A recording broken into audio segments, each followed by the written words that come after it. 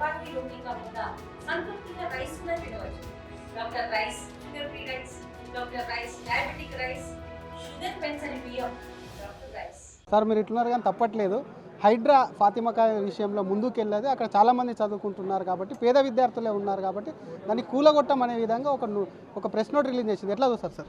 So Ranganath అనేటువంటి ఒక IPS ఆఫీసర్కి చట్టం ముందు అందరే సమానం అనేటువంటి విషయాన్ని మరిచిపోయి, అదేదో మైనార్టీ కాలేజ్ కాబట్టి ఆడ స్టూడెంట్స్ ఉన్నారు కాబట్టి, సుప్రీంకోర్టు అట్లా చెప్పలేదు. సుప్రీంకోర్టు ఏం చెప్పింది, చట్టం ఏం చెప్పింది అంటే చట్టం ముందు అందరూ సమానమనే చెప్పింది. కాబట్టి ఫాతిమా కాలేజ్ అయినా, ఇంకో కాలేజ్ అయినా, అక్బరుద్దీన్ అయినా, అసదుద్దీన్ అయినా, ఎవరి కాలేజ్ అయినా ఎట్టి పరిస్థితులలో ఎఫ్టీఎల్ పరిధిలో నిర్మించినటువంటి కాలేజీని కూలగొట్టాల్సిందే. ఒకవేళ ఆయనకి ఏమైనా ఇబ్బంది ఉంటే మేము న్యాయస్థానాలను ఆశ్రయిస్తాం. ఖచ్చితంగా కాలేజీ కూలగొట్టేంత వరదాకా భారతీయ జనతా పార్టీ పక్షాన పోరాడతాం.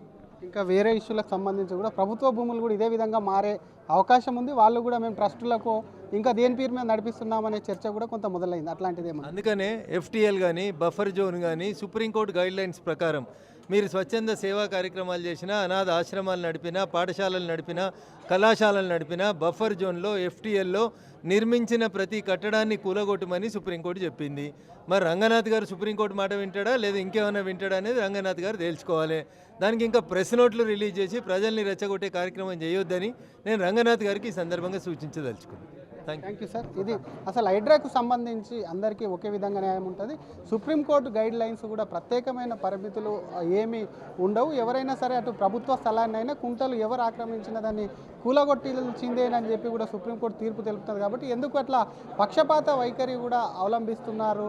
ఖచ్చితంగా కూడా ఫాతిమా కాలేజ్ కూల్చాల్సిందే, లేకపోతే తమ న్యాయస్థానాలను ఆశ్రమిస్తామని చెప్పి కూడా ఎంపీ రఘునందన్ రావు అంటున్నారు.